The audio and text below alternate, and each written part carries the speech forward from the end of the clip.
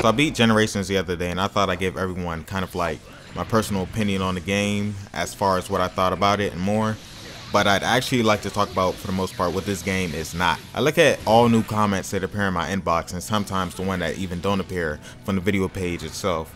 And I'm seeing a lot of disappointment compared to enjoyment. It seems a lot of people really have no clue on what this game is. And I can't figure out why a game, which hasn't changed much and was given over a year to make and release, has so much confusion surrounding it. I was telling another YouTube user, Brooklyn4642, that this could possibly be the new Dragon Ball Z as far as games goes, meaning just off the title alone, on the box art, they can sell you an empty box and probably people would still buy it because no one will notice. It's that kind of license, you know, it's that kind of franchise now. This game, in my opinion, is just bad taste. I don't think it should have been released, that's just me.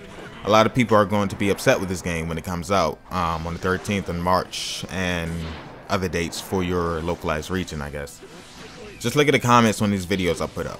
We're like a week or something away from the localized version here in the States, and Namco Bandai, I gotta say, has done a poor job marketing this game for what it isn't, which is Ultimate Ninja Storm 2. And a lot of people would think or assume it's just like that game because it's the previous or next iteration in the series. Yeah, I know that's a dumb assumption to make, but come on, consumers are dumb as hell. That's exactly how companies see consumers.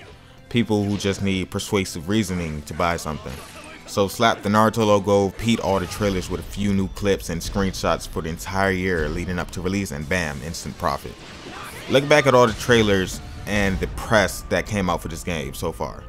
You cannot tell me it's been pretty much the same trailers repeated over and over, just extended, or you know, some new scenes or some new screenshots.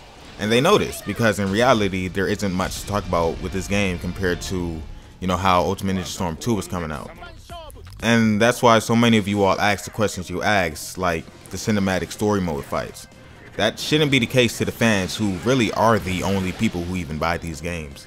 And yet to answer that, there are no cinematic story mode battles, so if that's what you're looking for, you're going to be highly disappointed because that is nowhere to be found in this game. Don't get me wrong though, this game is still fun and the fighting system is way better than Ultimate Ninja Storm 2, thanks to the new cancels, substitution bar, and other minor details that they might have changed.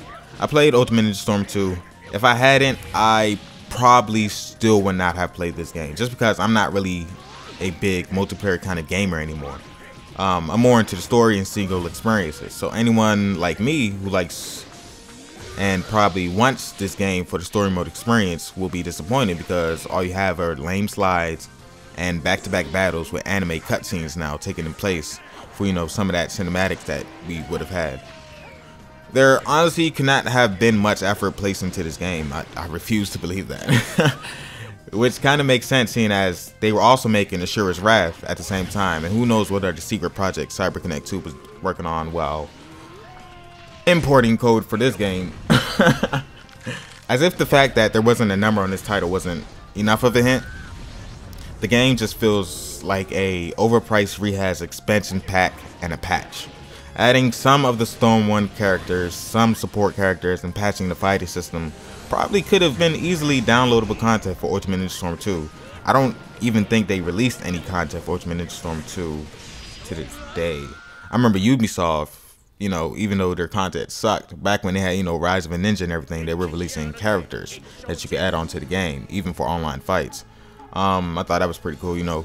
Gave you a reason to hold on to the game in hopes for new characters and not having to buy a whole new game just to play these new characters. And then even for people who can't download content, they could have, you know, maybe came out with like a Game of the Year edition for Ultimate Ninja Storm 2, which pretty much would have had every improvement and addition that Generations bring, you know, for Ultimate Ninja Storm 2, while still having that awesome cinematic story mode experience.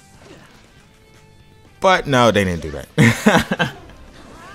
So in conclusion, this game pretty much depends on how much of a fan you are of Naruto. Also, it depends if you played Ultimate Ninja Storm 2 or not, which are pretty personal opinions you have to judge for yourself.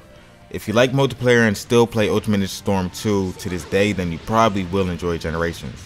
If you like the cinematic quick time events and the story modes from Ultimate Ninja Storm 2 and want to play that again with some new battles, then you probably wouldn't want this title in your collection because that's not what you're going to get. You're pretty much just going to get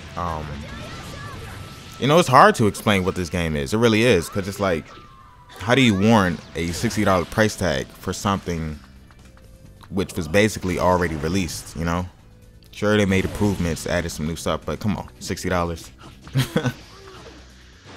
I'll review the game in full when the English version comes out here in the States on the 13th of this month, but until then, pretty much it, I guess, you know.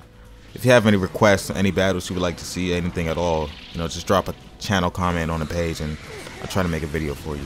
Besides that, yeah, that's pretty much it. Asura's Wrath walkthrough still lined up. I'm just waiting on Capcom to get back to me so I can upload it. But they're taking their mighty sweet time with that. It's kind of annoying. But that's pretty much it. Thanks for watching. Comment, rate, and of course subscribe. Check back here around the 13th. Hopefully I'll have a review if they give me an early copy. If not, then it's probably gonna come later. But anyway, yeah.